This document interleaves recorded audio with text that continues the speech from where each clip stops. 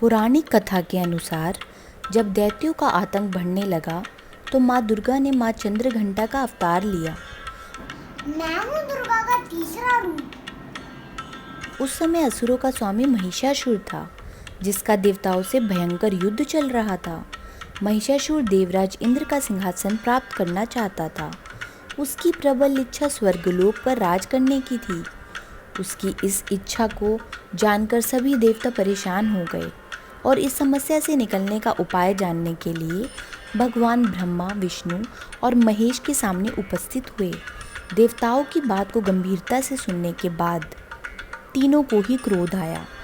क्रोध के कारण तीनों के मुख से जो ऊर्जा उत्पन्न हुई उससे एक देवी अवतरित हुई, जिन्हें भगवान शंकर ने अपना त्रिशूल और भगवान विष्णु ने अपना चक्र प्रदान किया।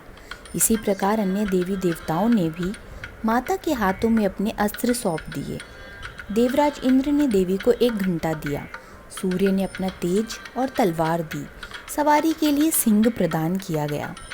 इसके बाद माँ चंद्रघंटा महिषासुर के पास पहुंची।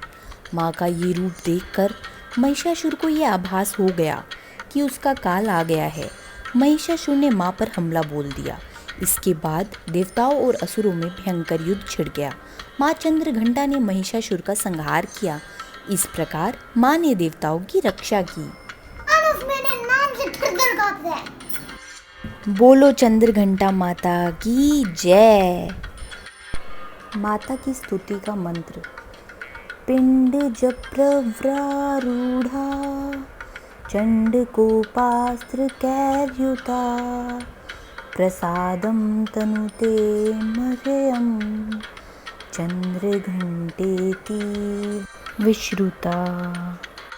अर्थात इनके मस्तक में घंटे के आकार का अर्धचंद्र है। इनके शरीर का रंग स्वर्ण के समान चमकीला है। इनके 10 हाथों में शस्त्र आदि हैं। इनका वाहन सिंह है। इनकी मुद्रा युद्ध के लिए तैयार रहने जैसी है। इनके घंटे की भयानक ध्वनि से अत्याचारी दानव, दैत्य सभी डरते हैं। राक्षस और दानव मुझे बहुत डरते हैं। मैं भक्तों की हमेशा रक्षा करती हूँ। कूष्मांडा माता की कथा। मैं हूँ देवी का चौथा रूप, कूष्मांडा। मुझे ही इस ब्रह्मांड की रचना हुई है। नवरात्रि के चौथे दिन देवी को कूष्मांडा के रूप में पूजा जाता है। अपनी मंद हल्की हंसी के द्वारा अंड यानी ब्रह्मांड को उत्पन्न करने के कारण इस देवी को कूष्मांडा नाम से अभिहित किया गया है। जब सृष्टि नहीं थी, चारों तरफ अंधकार ही अंधकार था, तब इसी देवी ने अपने हास्य से ब्रह्मांड की रचना की थी। इसलिए इसे सृष्टि की आदि स्वरूपा या आदि शक्ति कहा गया है। मैं ही इस जगत की आदि स्वरूपा हूँ। इस देवी का वास सूर्यमंडल के भीतर लोक में है।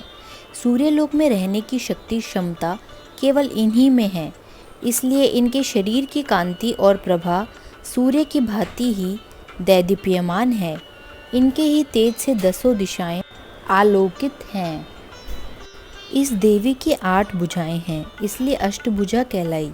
इनके 7 हाथों में क्रमशः कमंडल, धनुष, बाण, कमल पुष्प, अमृतपूर्ण कलश, चक्र तथा गदा हैं।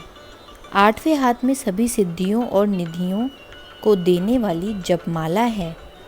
माता की आराधना का मंत्र।